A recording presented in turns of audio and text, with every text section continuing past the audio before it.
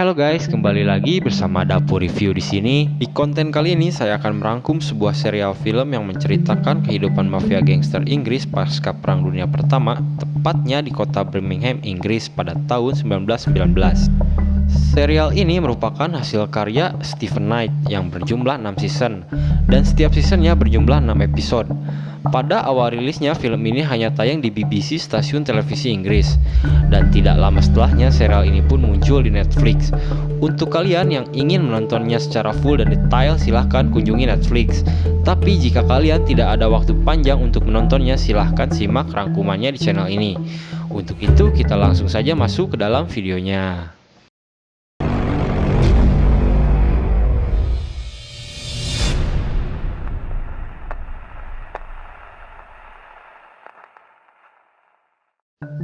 Scene diawali dengan menampilkan seorang pria yang baru saja pulang membela negaranya dari Perang Dunia Pertama dan dilatar belakangi suasana kota Birmingham, Inggris pada tahun itu.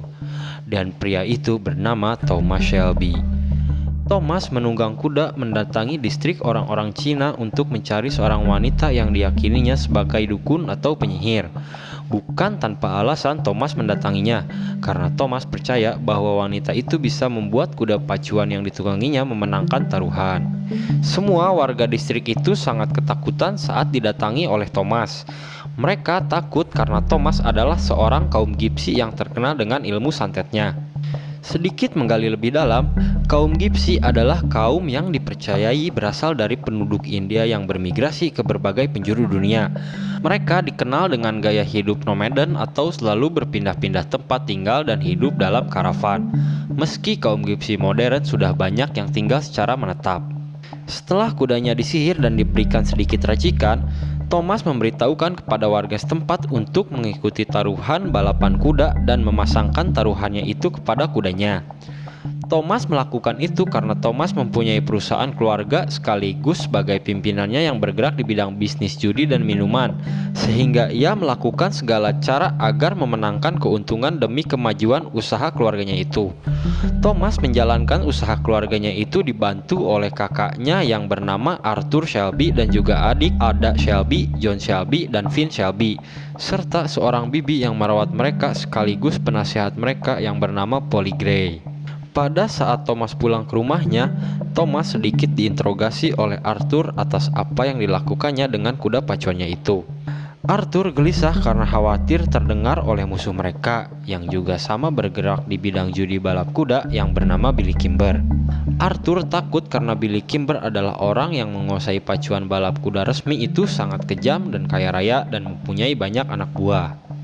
Tetapi Thomas meyakini sang kakaknya itu agar Arthur tidak usah khawatir karena Thomas sudah mempunyai strategi dan ambisi yang sangat visioner pada saat itu.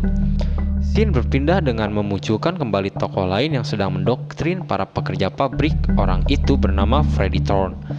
Dia adalah teman Thomas masa kecil dan teman seperjuangannya pada saat Perang Dunia Pertama di Prancis. Freddie adalah orang yang sangat dicari oleh pemerintahan Inggris karena dia adalah pemimpin gerakan organisasi yang ingin memerdekakan Irlandia dari pemerintahan Inggris saat itu. Organisasi itu bernama IRA yang sekarang bernama Republik Irlandia dan terpecah belah dengan Irlandia Utara. Freddie dicari karena dia berideologi komunisme. Pada saat di dalam bar, Freddie sedikit memberitahu dan menanyakan beberapa hal kepada Thomas. Bahwasanya Freddie mendapatkan informasi dari seorang informannya bahwa Winston Churchill, Perdana Menteri Inggris kala itu, telah menyuruh seorang inspektur polisi yang sangat kejam untuk menginvestigasi sekaligus menginterogasi mereka berdua.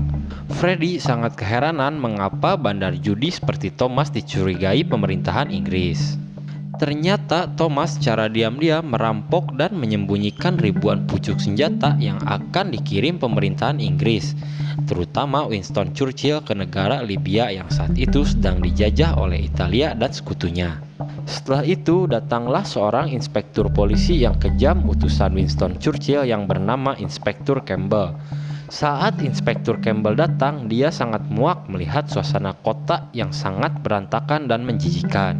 Sehingga inspektur polisi itu sangat berambisi dan bertekad untuk merubahnya sekaligus menjalankan misinya. Tak tinggal dia melihat ada kepala polisi yang baru, Informan Thomas pun yang menyamar sebagai pendeta langsung memberitahukannya kepada Thomas dan gengnya. Pada saat di gereja, Thomas pun ditanyai oleh bibinya itu perihal kedatangan inspektur polisi. Tetapi Thomas tetap merahasiakannya, karena bibinya itu seorang gipsi dan peramal. Akhirnya Thomas pun menceritakan semuanya kepada Polly, bibinya. Thomas menerangkan bahwasanya polisi itu memang benar datang ke kotanya untuk mencuri senjata yang tidak sengaja dicuri oleh Thomas. Seketika Polly pun kaget dan marah karena Polly menganggap dengan adanya senjata itu dan inspektur polisi, Polly merasa keberadaan mereka dan bisnisnya terancam.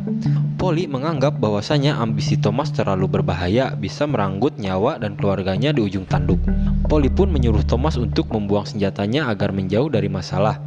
Tetapi Thomas dengan tekad dan ambisinya sebagai mafia, dia ingin memanfaatkan senjata itu agar mendapatkan keuntungan. Di saat Tommy sedang memikirkan cara agar rencananya itu berhasil, Arthur yang tidak tahu apa-apa pun langsung disergap para polisi dan diinterogasi sampai babak belur.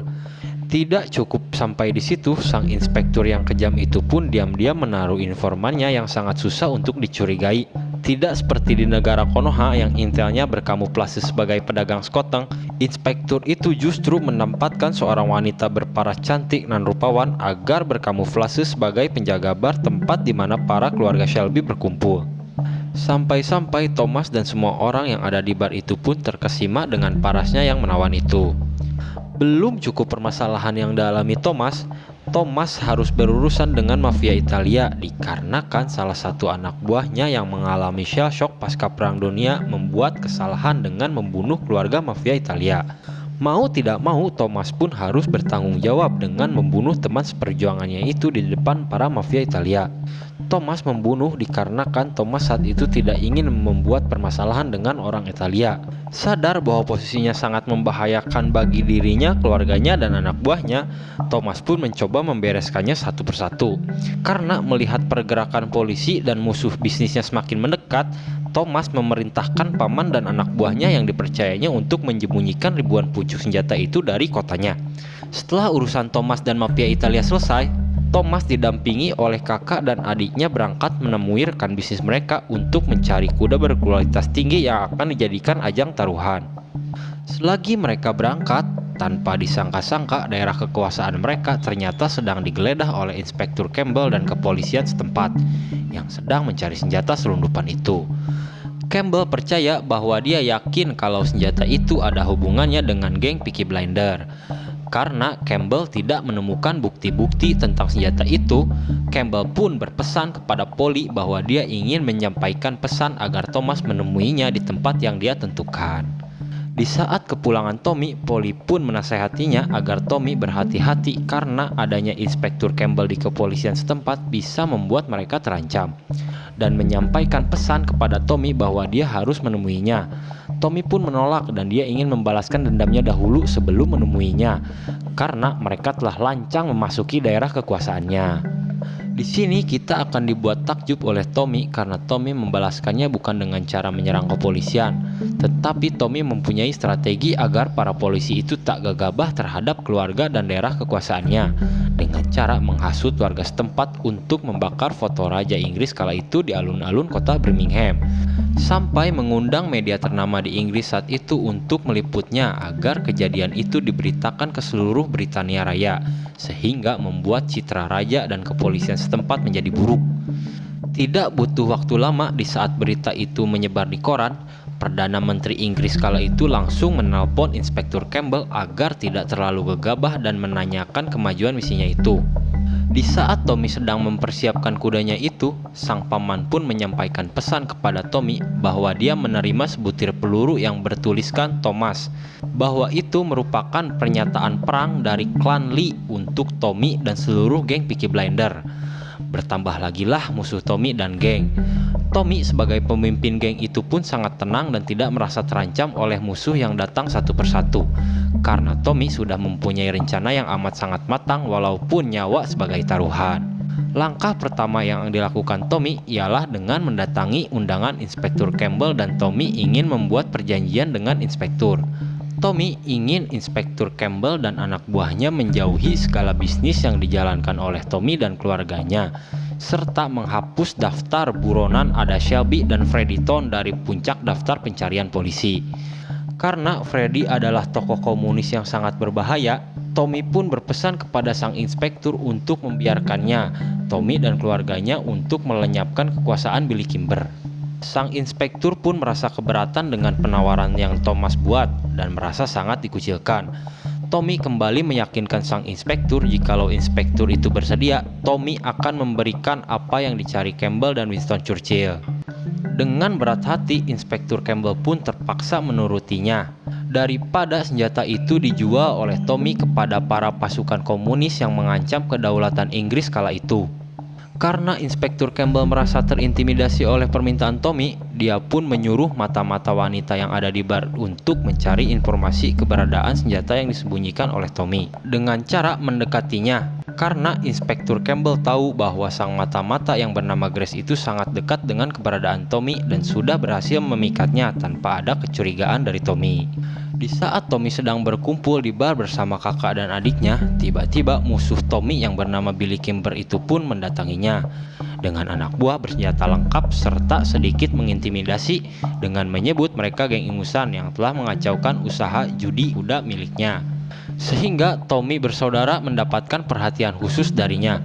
Karena Tommy sadar jikalau mereka belum cukup kuat berperang dengan Billy Kimber, Tommy pun dengan cerdasnya mengelak dan malah menyebutkan bahwasanya keluarga Lee lah yang mengacaukan usaha judinya dengan cara menyerang para bandar Billy Kimber serta mencuri uang hasil taruhannya.